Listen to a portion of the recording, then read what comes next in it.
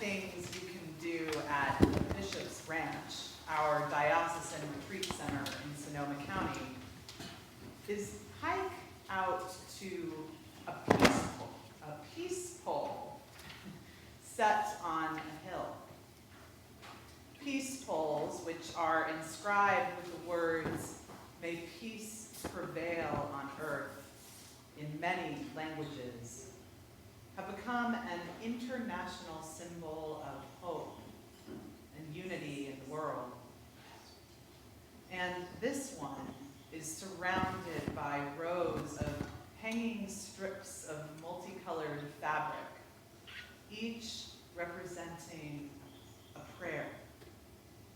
It's a powerful thing to see. But I have a confession. Every time I walk up there, it's something else that really catches my attention and my imagination. Because just before you reach the peace pole, you come upon a gate. It's a bit of a surprise to me every time. A fence made of uneven slats of wood, standing parallel to one another, held together by strands of weather-beaten wire, is interrupted by a small, rustic red gate, the shape and color of a traditional church door. The gate gives way easily, a gentle entry.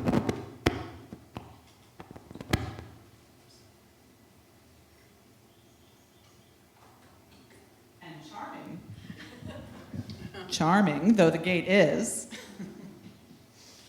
it feels kind of out of place. Not because it's ugly or imposing, but because it almost feels otherworldly, magical even. You're walking along through those open California hills on a meandering hiking trail, and there suddenly is a gate standing in the middle of all that openness, a threshold in a landscape that already seems boundless. Jesus says, "I am the gate."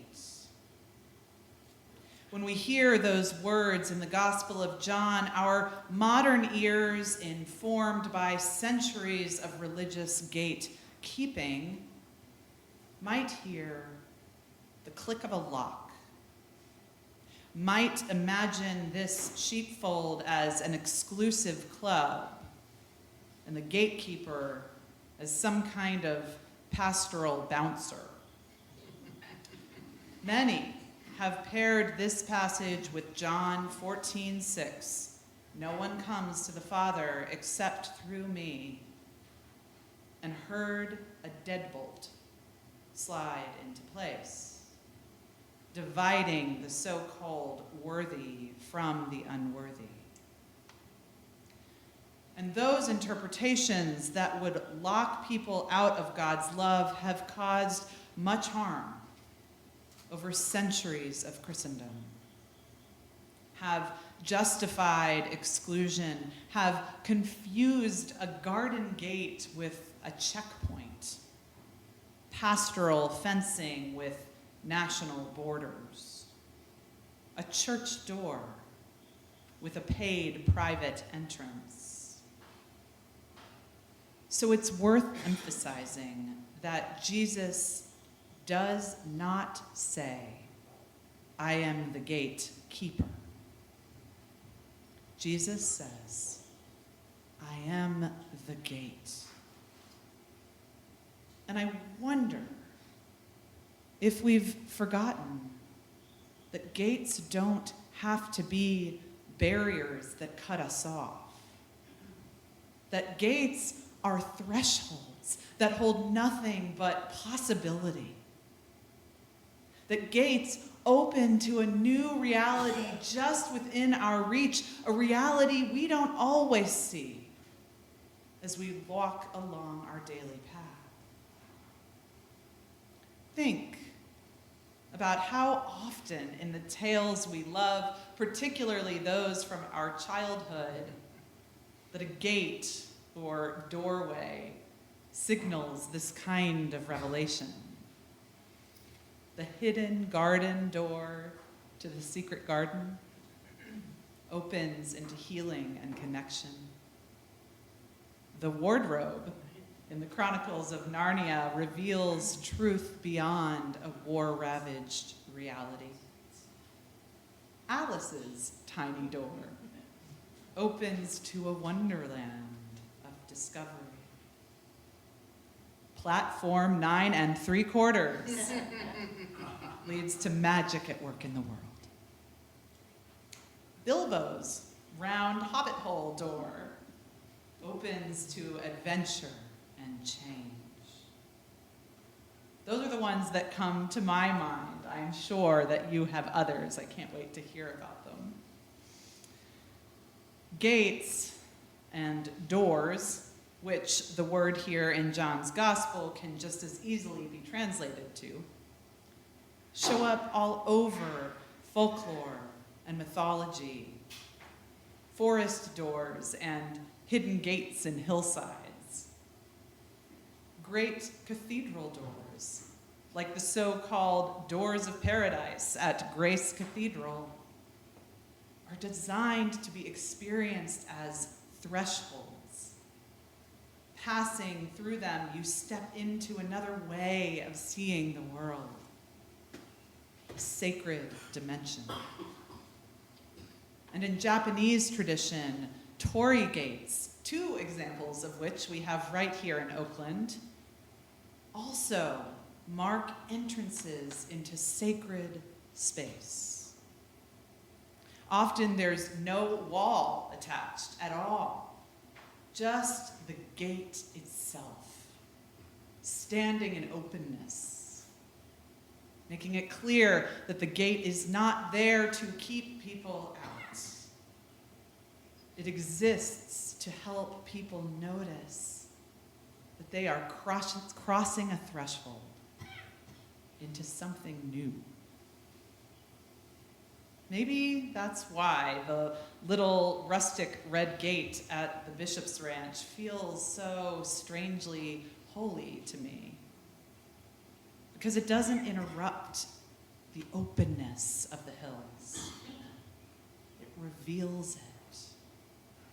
It gives me an almost childlike moment to pause and step consciously into the vastness that was there all along. Jesus says, I am the gate. Not the one who restricts access to God or to the upside down, all things made new realm that God promises, but the one who helps us see the wideness in God's mercy was right there, all along, through an open gate. And those thieves and bandits Jesus mentions, maybe they're not people standing outside the reach of God's love. Maybe they are the forces that try to convince us that the gate is closed. The voices that tell us there is not enough welcome to go around, not enough belonging, not enough grace. The systems that thrive by turning thresholds into checkpoints. The fear that insists some people must be forever outside the fence. But Jesus tells us this morning, I came that they may have life and have it abundantly. Not barely survive, not earn their place, not scramble desperately for access, but life abundant. Life spacious enough to go in and go out and find pasture. Jesus says, I am the gate. not a wall keeping the world divided, but an open doorway, reminding us that God's love is boundless. I wonder, what are the magic gates you remember? The thresholds, figurative or literal, that opened your life wider than it had been before. The moments that revealed the world has more dimensions than meets the eye. Revealed the world to be deeper or stranger or more beautiful than you knew. Maybe each one of those gates has been preparing us for the truth Jesus reveals to us today. That the gate to God's abundant life was never locked, was never chained, but has stood before us as Jesus all along, calling each of us by name and revealing a new reality just within.